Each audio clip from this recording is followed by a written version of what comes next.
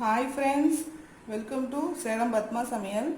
நம்ம சேனல் இப்போ தான் பார்க்குறீங்கன்னா சப்ஸ்கிரைப் பண்ணிக்கோங்க, பக்கத்தில் இருக்கிற பெல் பட்டனை அழுத்திக்கோங்க. இன்றைக்கி நம்ம என்ன பார்க்க போகிறோன்னா உருளைக்கிழங்கு பச்சை பட்டாணி குருமா. இது பார்த்திங்கன்னா கொஞ்சம் ஸ்பைஸியாக இருக்கும். இது பூரி, சப்பாத்தி, இட்லி, தோசை, சாதம் எல்லாத்தையுமே வச்சு சாப்பிட்லாம். வாங்க போய் பார்க்கலாம் எப்படின்னு.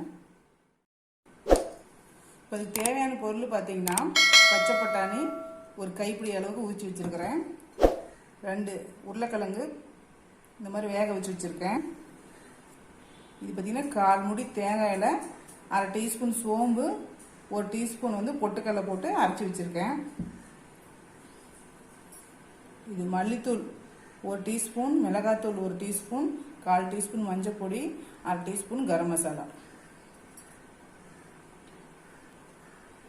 பெரிய வெங்காயம் 1, இஞ்சி பூண்டு பேஸ்ட்டு 1 டீஸ்பூன், கருவேப்பிலை, 2 தக்காளி, கொத்தமல்லி.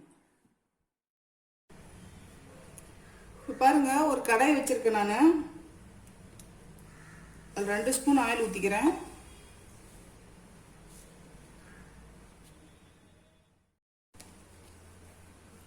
கடுகு போட்டுக்கலாம்.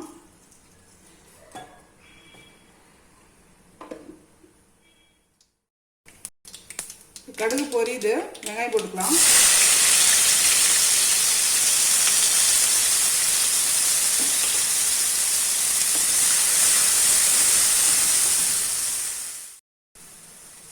இப்போ பாருங்க, வெங்காயம் வதங்கிடுச்சு. அந்த இஞ்சி பூண்டு பேஸ்ட்டு, கருவேப்பிலை,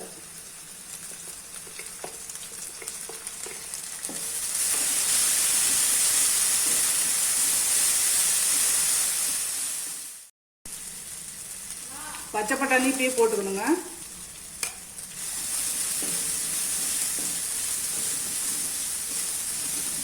இது 2 நிமிஷம் வதங்கட்டும்.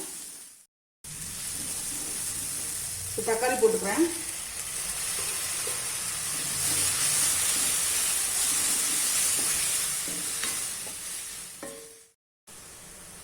இப்போ பாருங்க, தக்காளி நல்லா வதங்கிருச்சு.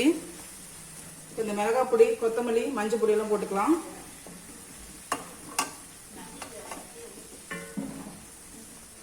இது பச்சை வாசனை போகிற அளவுக்கு வதக்கணும். இப்போ கொஞ்சமாக தண்ணி ஊற்றி ஒரு 5 நிமிஷம் கொதிக்கிட்டோம். பாருங்க, ஒரு 5 நிமிஷம் ஆயிடுச்சு. தேங்காய் பேஸ்ட் ஊற்றுறேன்.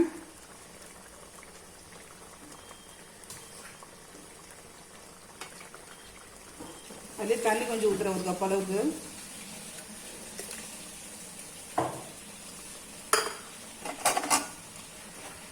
உப்பு போடலாம் தேவையான அளவு.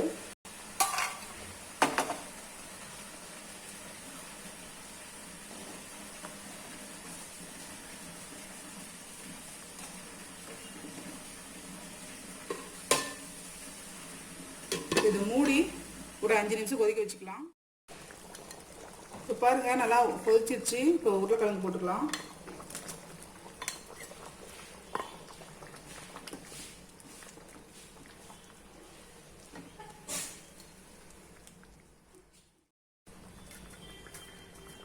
இப்போ மல்லி இலை போட்டு இறக்கிடலாங்க.